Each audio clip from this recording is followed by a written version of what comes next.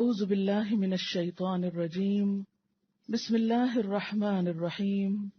رب اشرح لی صدری ویسر لی امری واحلل عقدۃ من لسانی یفقہوا قولی۔ شادی کا معاملہ ہے، شادی نہیں ہو رہی اور فکر مند ہے، یا مالی معاملات میں پریشانی ہے، یا اولاد کے معاملے میں پریشانی ہے، کسی بھی معاملے میں اگر کوئی پریشانی تو صبح شام اس دعا کو لازم پکڑ لیں۔ ایک حدیث میں آتا ہے، آپ نے حضرت ابو امامہ سے پوچھا، کیا بات ہے، میں تمہیں مسجد میں نماز کے اوقات کے علاوہ بھی دیکھتا ہوں، کیا کرتے ہو مسجد میں، اتنا وقت کیوں لگاتے ہو یہاں؟ انہوں نے عرض کیا، یا رسول اللہ صلی اللہ علیہ وسلم، کچھ فکریں ہیں، کچھ قرضے ہیں جو مجھ سے چمٹے ہوئے ہیں، اور یہ جو افکار اور ہموم ہوتے ہیں نا، جو انسان کے اوپر ایک ذمہ داری کی شکل میں ہوتے ہیں اور وہ انسان کو کھائے جاتے ہیں، اور ان فکروں میں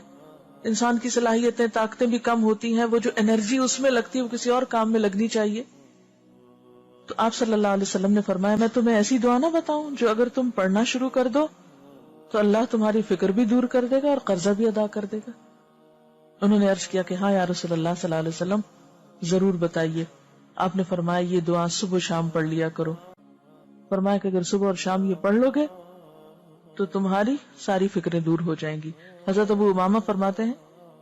یہ وہ بتاتے ہیں کہ جب میں نے اس پہ عمل کیا تو اللہ تعالیٰ نے میری فکریں دور کر دی اور میرا قرض ادا کر دیا۔ شادی کا معاملہ ہے، شادی نہیں ہو رہی اور فکر مند ہے، یا مالی معاملات میں پریشانی ہے، یا اولاد کے معاملے میں پریشانی ہے، کسی بھی معاملے میں اگر کوئی پریشانی تو صبح شام اس دعا کو لازم پکڑ لیں۔ کتنی دیر لگتی ہے اس ایک دعا کو مانگنے میں؟ تو آپ نے ان کا سارا وقت بچا دیا نا، کہ یہ جو نماز کے اوقات کے علاوہ تم بہت دیر تک یہاں رہتے ہو، فکر مند رہتے ہو، پھر کبھی کچھ پڑھتے ہو کبھی کچھ، تو جب تک ایک کام کا طریقہ نہیں آتا ہوتا نا، یہ ایک ٹارگٹ پتہ نہیں ہوتا، یا وہ ذریعہ نہیں معلوم ہوتا کہ کس طریقے سے کون سا کام کرنا ہے، تو وہ جہالت والی بات پھر انسان ادھر ادھر ہاتھ پاؤں مارتا رہتا ہے۔